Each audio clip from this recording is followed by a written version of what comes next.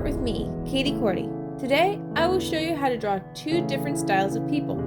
Both of them are stylized, meaning unrealistic, and you are free to adapt them to your own personal style.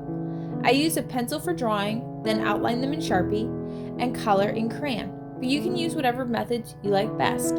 I recommend also keeping on hand a bunch of photo references. So to draw people, I'm going to start off with my head. And my head might start out as a circle, or it may start out as an oval.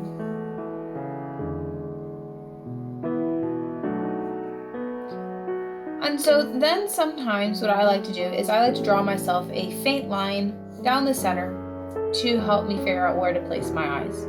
And then I'm going to draw, and this is completely optional, a line a little above midway on my circle and about, a little bit above midway for my oval as well. And this is where my eyes are approximately going to land, but I am free to shift that if I want.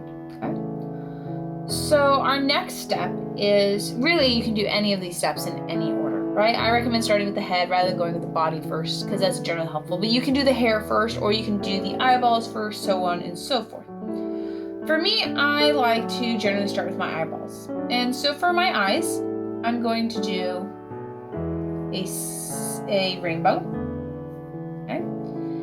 And then I'm just going to curve it up just ever so slightly. And I have mine approximately sticking at the top of my view line so that my eyeballs end towards the middle. This is not a very realistic head. Look at the size of the eyeballs. Instead, I'm going for more look. I'm going for style. So I'm going to do two rainbows. And again, eyeballs come in a million different shapes. And then I'm going to come up with two opposite rainbows. My eyeballs are really far apart, so I'm going to adjust this one.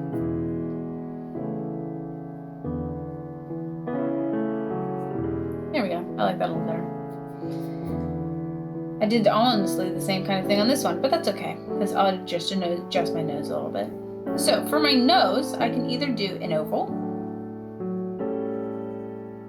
focusing on the bottom part. I didn't make this one perfectly symmetrical because I'm going off of a new line of symmetry right here between my eyeballs.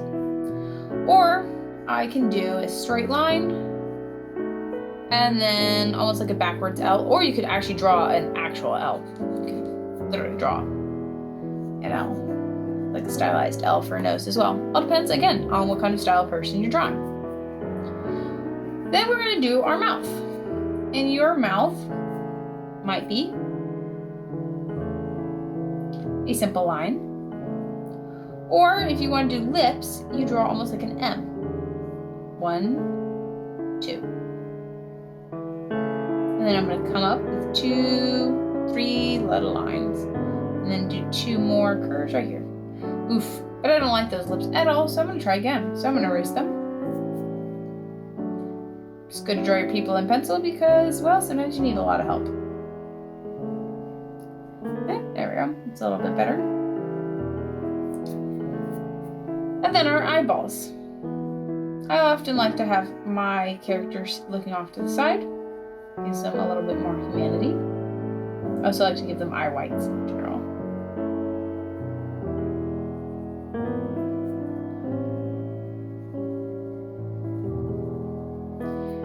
And humans tend to look really weird without eyebrows, and eyebrows tell you a lot about the character.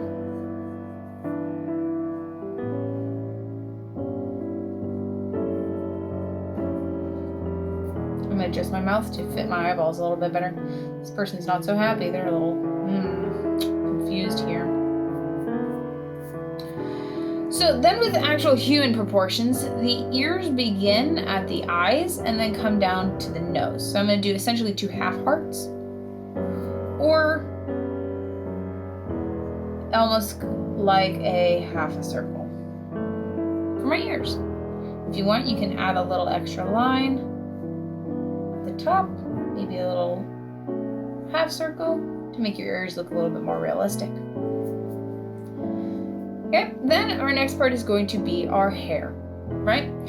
So the trick with hair is to pick a spot where it's going to appear from, okay? So for instance, on this person, I'm going to have the hair start from right here.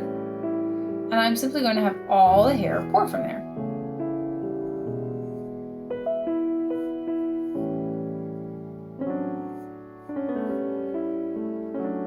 And this might be over the eyebrows and even over the eyeballs. And that's okay. And there's a million different hairstyles. If you can't figure out a hairstyle on your own, I suggest looking at the internet, or books, or photographs, or people around you. Look at references.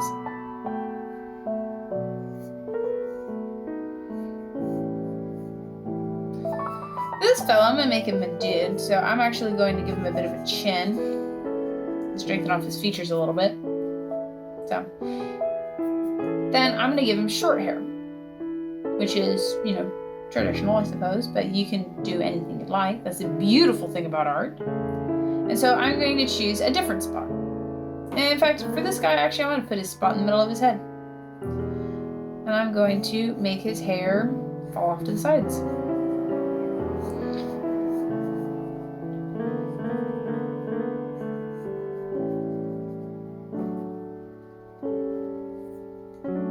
And I don't want to pay too much attention to how far his hair falls down, so I'm just going to make it peek out a little bit underneath his ears. There we go. Then our next step is going to be our neck. And so for my more cartoony girl, I'm going to do 2 straight lines. And for my man, I'm going to come off the sides of his head and come down. Then come our shoulders. Again, your neck might be a different length than mine, which is totally fine. So I'm going to do 2 straightish lines. They might be interrupted by my hair, and that's totally fine. I'm already worrying on whether or not his body is going to be too long for the paper, but that's okay. Then comes our body. And one way to do a body is to do one shape. So for instance, maybe an oval, or a triangle, or a square for your body. Or alternatively, do 2 shapes. Yeah. To do a proportional human, he would have to go off the paper, unfortunately. What I was doing here is I'm doing heads. So approximately it would be one of his heads from his chin to here would be the bottom of his pectoral muscles. And then another head from his pectoral muscles to his belly button. Another head from his belly button to the bottom of his torso, to his pelvic bone. And then it would be 1, 2, 3 heads for his legs. So unfortunately, he's gonna end up stylized, and that's okay. So for my stylized man, okay, I'm gonna do 2 shapes to show off his body. I'm gonna choose for his top shape I'm gonna do more of a rectangular shape. And then for his bottom shape, I'm going to do a small triangle. So essentially, I'm going to take these shapes and connect them to give him an ultimate body shape. And you can connect any 2 shapes. You can connect 2 circles. You might have the bottom shape be smaller than the top shape be smaller than the bottom shape. If you want, say, somebody with a pot belly, it ultimately depends on what you're looking for. Okay. Our next part is going to be our arms. And our arms are going to come out of our shoulders on both of our characters. And so for my girl over here, I'm going to do 2 lines for each arm, unless I want one bent, in which case I'm going to do 2 lines for each part. Okay, and I'm just going to leave her arms there for a minute.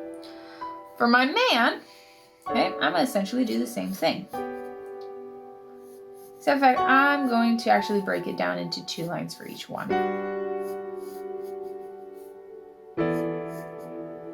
To give him the look of elbows. I don't know what he's thinking. My poor disproportional man. It's okay, he's gonna have a good time though.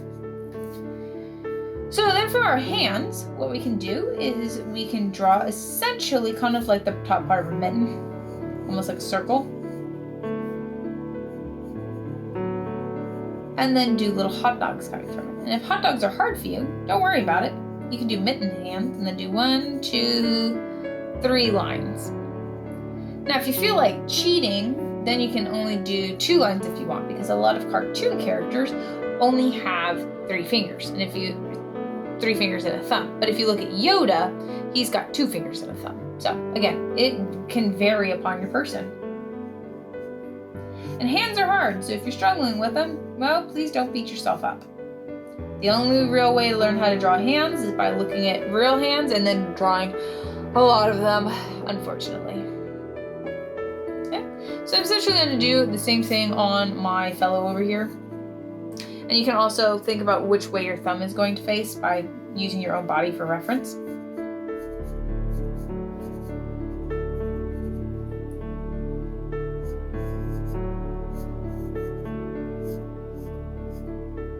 Oh, see, I forgot to give him a pinky finger. There we go, now he's got a pinky finger.